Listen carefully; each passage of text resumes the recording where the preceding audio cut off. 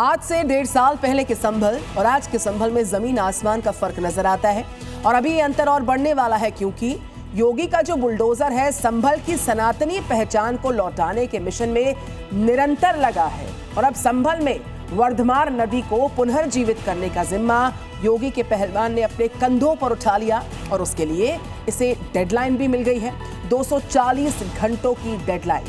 देखिए शुरुआती घंटों में बुलडोजर ने अपने मिशन को कहां तक पहुंचा दिया और कैसे योगी की भागीरथ प्रतिज्ञा अंतिम छोर तक पहुंचाने का काम शुरू हुआ।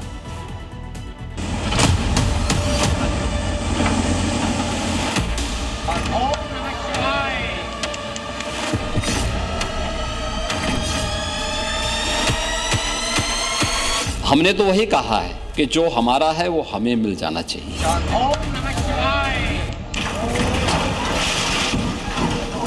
जिसने भी कब्जे किए होंगे उनको एक एक करके सबको निकालेंगे। जितने अतिक्रमण होंगे वो अतिक्रमण हटेंगे, जितने भी होंगे सब ढूंढेंगे, सब निकालेंगे और दुनिया को बोलेंगे आके देखो तो क्या हुआ था संभल में।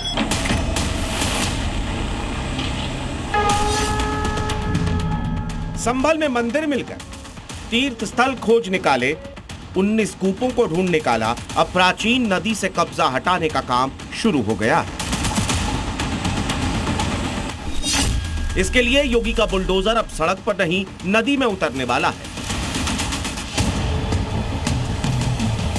संभल में बहने वाली ऐतिहासिक वर्धमान नदी से अवैध कब्जा हटने वाला है। अवैध अतिक्रमण की बखिया उधेड़ने वाली है।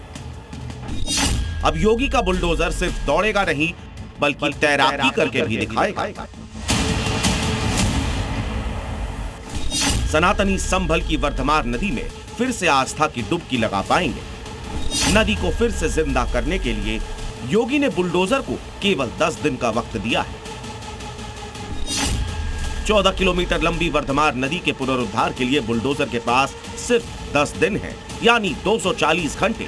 इन 10 दिनों में से एक दिन आज का बीत चुका है, यानी अब अगले 9 दिनों में प्रशासन को नदी को पुनर्जीवित करना है। और देखिए कैसे एक आध बुलडोजर नहीं, बुलडोजरों की पूरी टोली नदी की जगह पर किए गए अवैध कब्जे को हटाने में जुट गई है।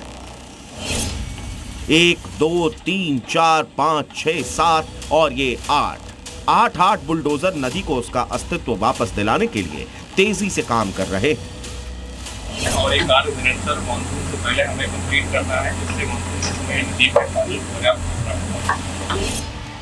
ड्रोन की निगरानी बता रही है कि योगी अवैध कब्जाधारियों को बख्शने के मूड में नहीं है, क्योंकि नदी को पाट कर यहां अतिक्रमण कर दिया गया था। नदी के कैचमेंट एरिया में धड़ल्ले से खेती बाड़ी कर मुनाफा अपनी जेब में डाला जा रहा था। लेकिन संभल के जिला अधिकारी और एसपी के बिश्नोई की मौजूदगी में बुलडोजरों की सेना ने खुदाई शुरू कर दी।